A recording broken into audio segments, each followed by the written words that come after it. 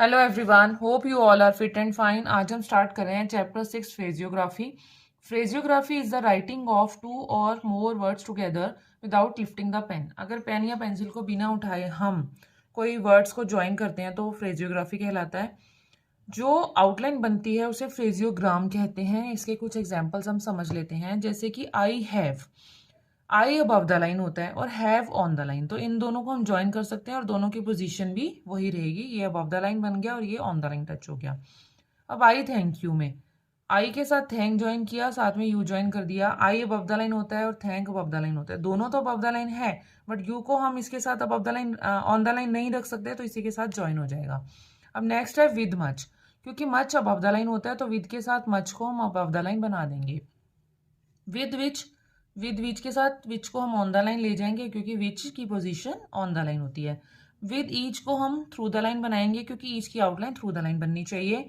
How can they, how को हमने on the line बनाया, साथ में कैन ज्वाइन किया, इसी के साथ दे ज्वाइन कर दिया, तो ये बन गया हाउ कैन दे। इसमें हाउ क्योंकि ऑन द लाइन था तो उसके अकॉर्डिंगली हमने साथ में दूसरे वर्ड्स भी ज्वाइन कर दिए। अब कुछ रूल्स हैं वर्ड्स को साथ में ज्वाइन करने के, जिसको हम समझ लें तो हमारे लिए कन्वीनियंट हो जाएगा आउटलाइंस को बनाना। जैसे sign of I may be shorten when joint with K, M और एल। अगर इन तीनों स्ट्रोक्स के साथ हम आई को ज्वाइन करते हैं तो आई को छोटा कर देते हैं, जैसे I can, I am and I will, तीनों में आई के लिए टिक लग गया। अब नेक्स्ट है when words he standing alone or at the beginning of a phrase is written downward, ही बनेगा इसमें। अगर स्टार्टिंग में ही आ रहा है तो, या फिर अकेला ही है तो भी हम ही को पूरा लिखेंगे, जैसे ही, मे, ही, शुड, नो।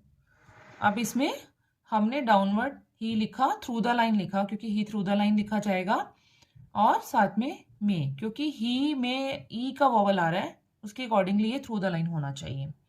अब नेक्स्ट है in the middle of a phrase the word he is represented by a logogram. ये वाला लोगोग्राम लगेगा अगर वो मिडल में आ रहा है ही, जैसे कि if, he and may. If को थ्रू द लाइन बनाया, ही ज्वाइन किया, साथ में मे लिख दिया, मे के लिए एम लग गया। If he should know, if through the line बना, ही लगाया, शुड का बनाया और साथ में नो के लिए एन लग गया। अब नेक्स्ट समझ लेते हैं थर्ड रूल क्या है। The word much is sometimes written in full in phrases to make an easier outline. Easier outline बनाने के लिए हम कई बार much का पूरा स्ट्रोक बनाते हैं, जैसे कि so much, so के साथ हम much पूरा बनाएंगे। How much, how much का पूरा हमने आउटलाइन बना दिया। अब नेक्स्ट है फोर्थ रूल है वर इज रिटन इधर दिस और दिस इन द फ्रेजेस। वर को हम इस तरह भी बना सकते हैं, इस तरह भी फ्रेजेस के बीच में, जैसे कि दे वर, दे इसके साथ वर हम इस तरह यूज करेंगे। अब जैसे इफ दे वर है, इफ दे इसके साथ भी हमने वर अपवर्ड ऐसे पूरा ज्वाइन कर दिया। अब दे और दे दोनों में आ रहा है, दोनों के साथ हम इस तरह का वर यूज करेंगे। अगर यू के साथ वर आ रहा है, यू एक लोगोग्राम है, तो यू के साथ वर हम डाउनवर्ड बनाएंगे। इफ बनाया हमने इफ ही वर में और ही ज्वाइन किया, ही क्योंकि एक लोगोग्राम है तो इसके साथ वर हम इसके साथ भी डाउनवर्ड आर यूज करेंगे।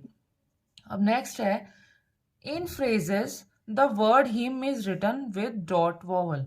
अगर हम फ्रेजेस में हिम आ रहा है तो हम उसके लिए डॉट भी लगाएंगे। ऑफ हिम जैसे लिखना है तो यहाँ पर हमने थर्ड प्लेस का वॉवल लगा दिया हिम के लिए। अगर हम यहाँ पर डॉट नहीं लगाते हैं तो ये मे पढ़ा जाएगा, इसलिए हम यहाँ पर डॉट लगाते हैं। टू हिम, टू के साथ हमने एम लगाया और यहाँ पर वॉवल लगा दिया। अब नेक्स्ट समझते हैं tick the word the may be expressed by a light slanting tick when joined to a preceding character.